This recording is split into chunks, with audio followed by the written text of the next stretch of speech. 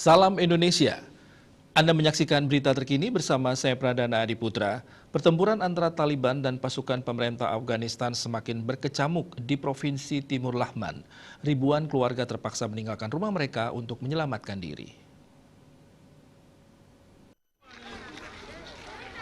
Pejabat daerah setempat mengatakan pihaknya berhasil menahan serangan Taliban di ibu kota Timur Lahman, Metarlam.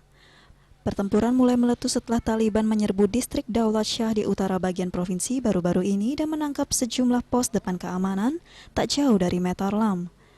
Beberapa keluarga yang melarikan diri dari rumah mereka saat ini tinggal di tempat penampungan sementara di sebuah taman di Metarlam City. Keluarga yang mengungsi mengatakan mereka membutuhkan makanan dan tempat tinggal. Seorang pengungsi bernama Imranullah mengatakan para pengungsi tidak memiliki makanan dan tempat berlindung. Para pejabat hanya memberikan janji-janji kosong saat mengunjungi para pengungsi. Pemerintah Afghanistan mengatakan pihaknya telah memberikan bantuan sekitar 1.000 dari 6.000 keluarga yang mengungsi di provinsi tersebut.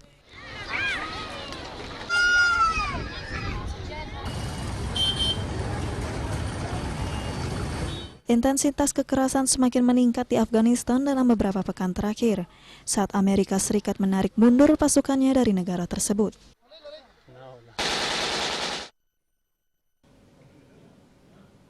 Pemirsa, untuk mencegah penyebaran COVID-19, ingat pesan ibu, selalu terapkan 3M. Wajib memakai masker, wajib mencuci tangan, dan wajib menjaga jarak, serta wajib menghindari kerumunan. Dengan penerapan perilaku 3M, Indonesia segera terbebas virus corona menuju Indonesia maju. Tetaplah bersama Bali TV. Salam Indonesia.